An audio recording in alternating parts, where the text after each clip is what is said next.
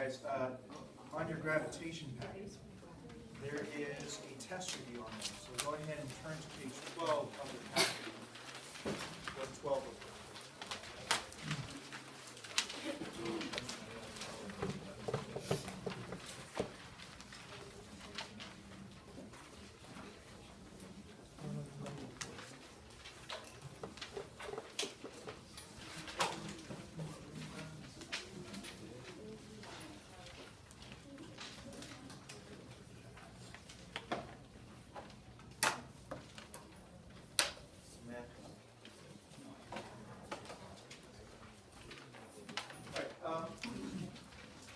On the back, or on the front of page 12, you guys have a test review.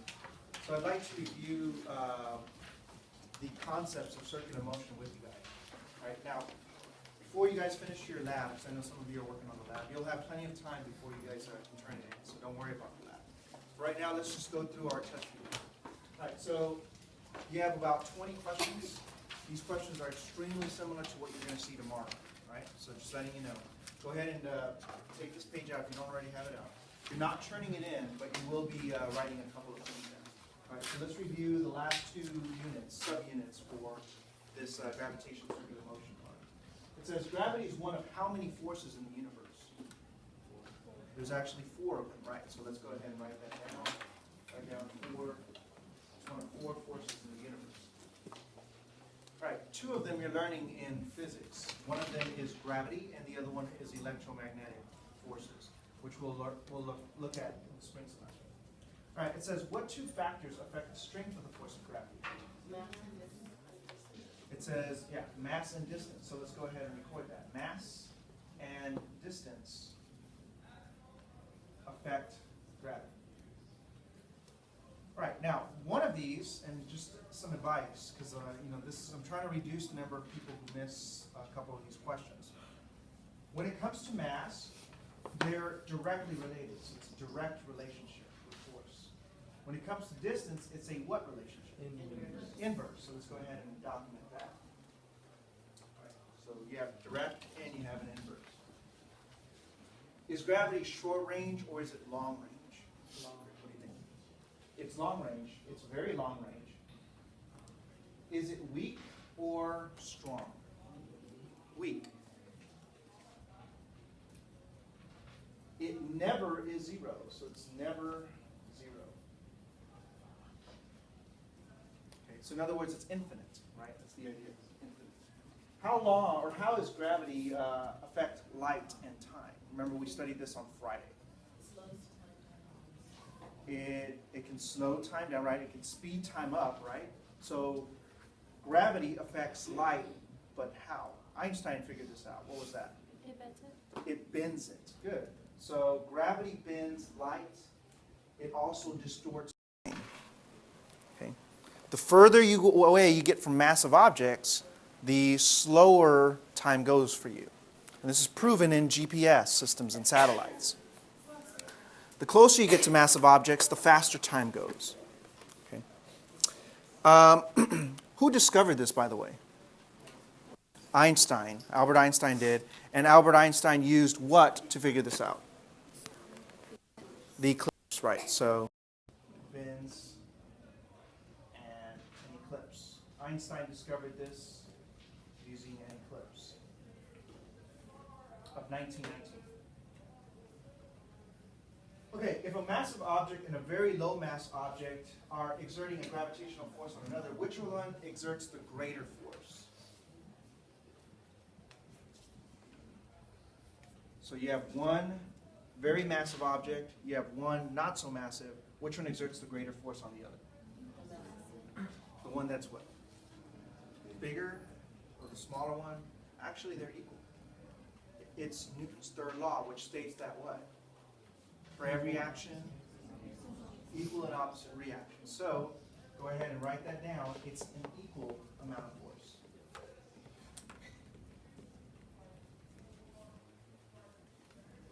All right, moving on to number 6. All right, if a force acts perpendicular to an object's motion, what happens? What kind of motion do you get? give you a clue. You get what kind of motion? Circular motion. There you go. And it says next, to describe the inverse square law. The inverse square law is the relationship, and for our purpose in physics, and I guess in this unit, would be the relationship between force and distance, figured out by 1 over the factor squared. Remember that? So I wrote it down previously as 1 over x squared. So if you move 2 times away, and this is when I was showing that light to Amanda, right? So if you recall, I had this going on. I'll get my cell phone light real quick, and I'm going to blind Amanda again. Sorry, Amanda. She's okay. Here, Amanda's. All right, so I have the light here. I'm 1 times away from her. Okay. When I step 2 times the distance away from Amanda, how much light is hitting her eye? 1/4. If I step 3 times the distance away, how much light is now hitting her eye? 1/9, the original. So if I go back in time, back to where I was originally, this is 1 times the light hitting her eye. Now I'm going to get closer to her. I'm going to cut the distance between the light source and Amanda's eye. Ready, Amanda? All right. So now I'm halfway to her eye. She's blinded now, right? Her left eye especially. Now, if I cut the distance in half, by what factor have I changed the relationship here? 4 times as much. It's 1 divided by 1/2 squared. Okay. So 1 divided by 1/2 squared is 4 times. Okay, so remember to work that one out in case you run into it on your sheet. All right, let's move on to the next one. Turn the light on. All right. What would happen to your weight if the Earth was 4 times as massive? So all of a sudden the Earth's mass quadrupled. What would happen to your weight? It would quadruple. It's a direct relationship. So go ahead and note that down.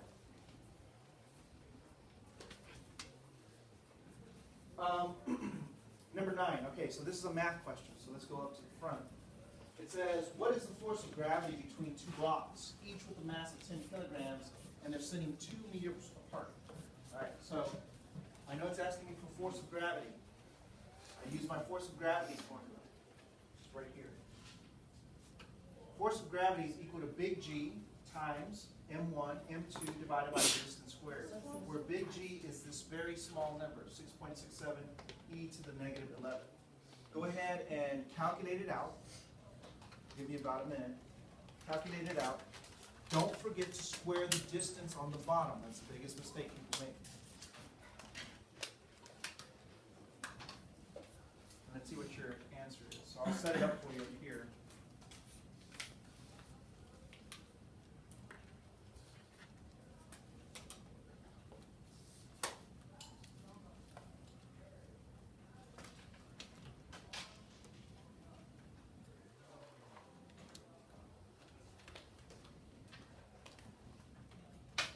Be a very small force because the distance is quite large.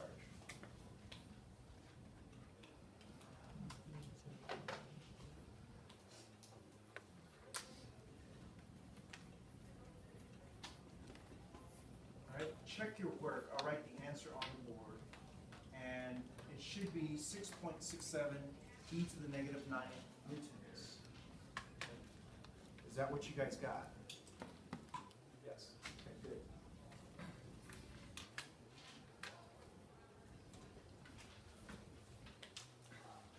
Right.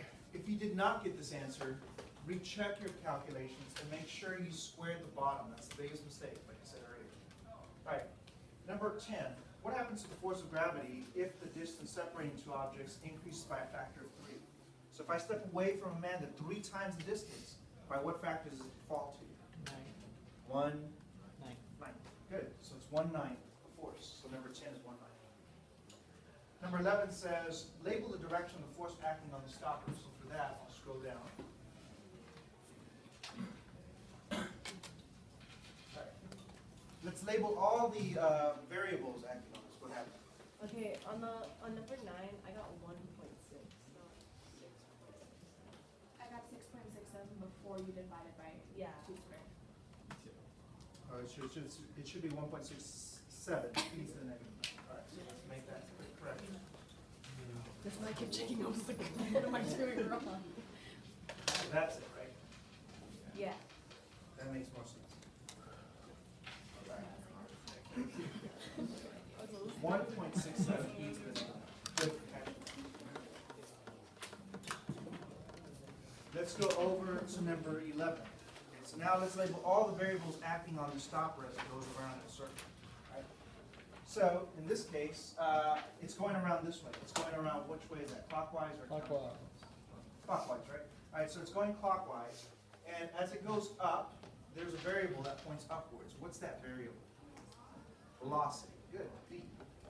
Velocity. Now there's a force that points somewhere. Which way does that force point? Centrifugal. Center. Very good, yeah. So anything with a C means to the center.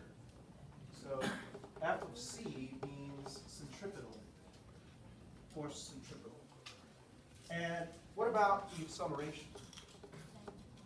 The acceleration, and there's a C next to it.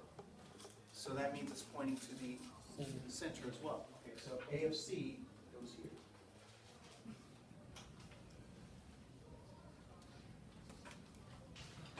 All right. Number 12 says list 3 examples of centripetal forces. Okay? Let's not list 3. Let's list 5. I want 5 centripetal forces. Give me 1. Acceleration is not a force. Gravity is 1. That's 1. So gravity is 1. Give me another one. Tension, good. Friction is a third one, good. Acceleration is not a force. It's a change in velocity. Weight, no, weight is not one. Come on. Spring, no. Not the ones we study. What about the normal force? And then think about a bird going around in a circle. What does it use? Huh? Air resistance, correct.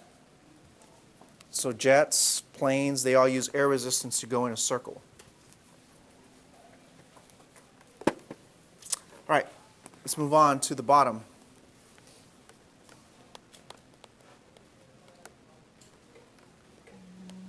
Okay. It says define frequency and period. Well, for that, I'll once again refer to the front. Frequency cycles over time, or 1 over the period.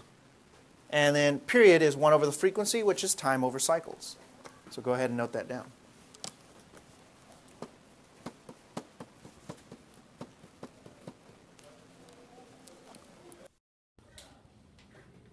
Okay.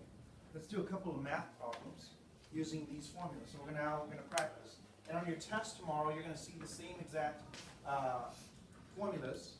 Okay, you're going to apply them now. It's pretty much straight through. I'll give you a radius.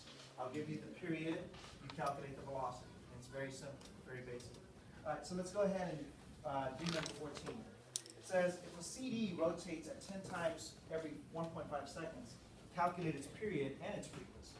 So period, let's do that one first. Period is capital T, and it's time over cycles. All right, so how much time passes here? 1.5. 1.5. Divided by how much cycles? How many cycles? 10. 10, right? So 1.5 divided by 10 is 0.15, and it's seconds.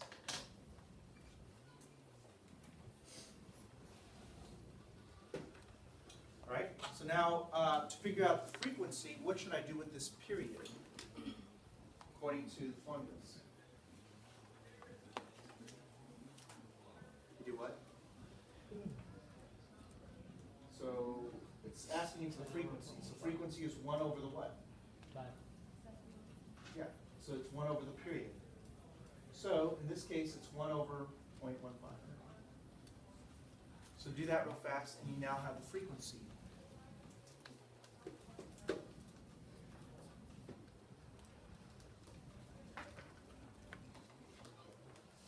Okay, a police light siren rotates 1 time every second. What is its period? So period is time over cycles. So how much time surpasses here? 1 second, right? How many cycles does it do? 1. All right, so 1 divided by 1 is 1 second. The unit for period is the second. If the light siren above is reflected on a wand, travels along the entire 5 meters. 5 meters gives it away that it's a radius. Radius is a distance. How fast is the reflection moving across the wall? Fast. They want to know how fast something is moving. Which one of these formulas is about speed or velocity? V equals what? 2 pi r over t. So velocity is equal to 2 pi r over t. Okay? You're going to use the period from the previous question. So it's 2 times pi times the radius, which is 5, divided by the period, which was 1. This is basically 2 pi 5.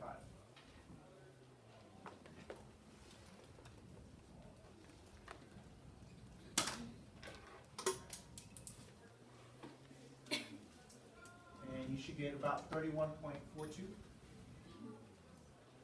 And it's meters per second. Let's go ahead and write the units down as well.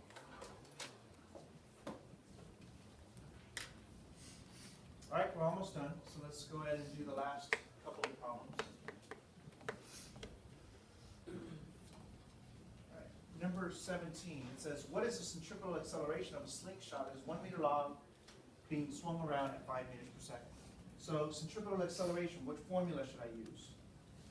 AFC, right? So AFC is equal to V squared over R. So what's the velocity they provide for you? 5, right? So let's write 5 squared divided by what's your radius? It's always a distance. So it's just 1 meter. So you can do that in your head. It's 25 meters per second squared. Right? Number 18, if the rock in the above slingshot is 0.5 kilograms, what's the centripetal force? They want to know centripetal force. Which formula should I use now? F of C. So let's use F of C is equal to mv squared over R. So my mass is 0.5. The radius is 5 squared. Divide this by the, sorry, that was your velocity. Divided by your radius, which was 1 meter. So it's 0.5 times 5 squared divided by 1.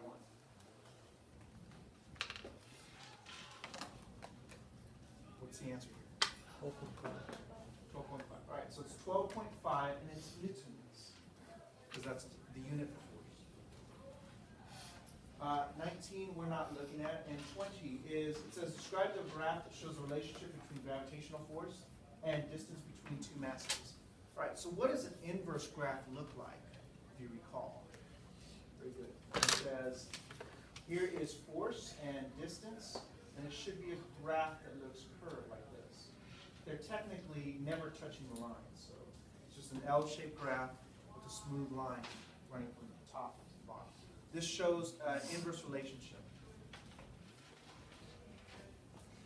between force and distance. Okay, any questions on your test? Do you guys have anything that I missed or need some other guidance on? Okay, on page 9, I want to say it's 9. I'll go to 9 real fast. You guys have a circular motion question worksheet. Okay? I'd like you guys to work on the circular motion worksheet. It's very straightforward, and you're going to use all your circular motion formulas. Go ahead and apply that onto your sheet, apply those formulas onto your questions. Answer numbers 1 through 10. Disregard question number 9. So you see where 9 is? Go ahead and disregard question 9. Everything else is fair game. When you're done with page 9, submit it. Okay? If you still need time for your lab from yesterday, go ahead and include that as well. I'll be up here and I'll be walking around in case you guys have any questions for me. All right? So go ahead and get started.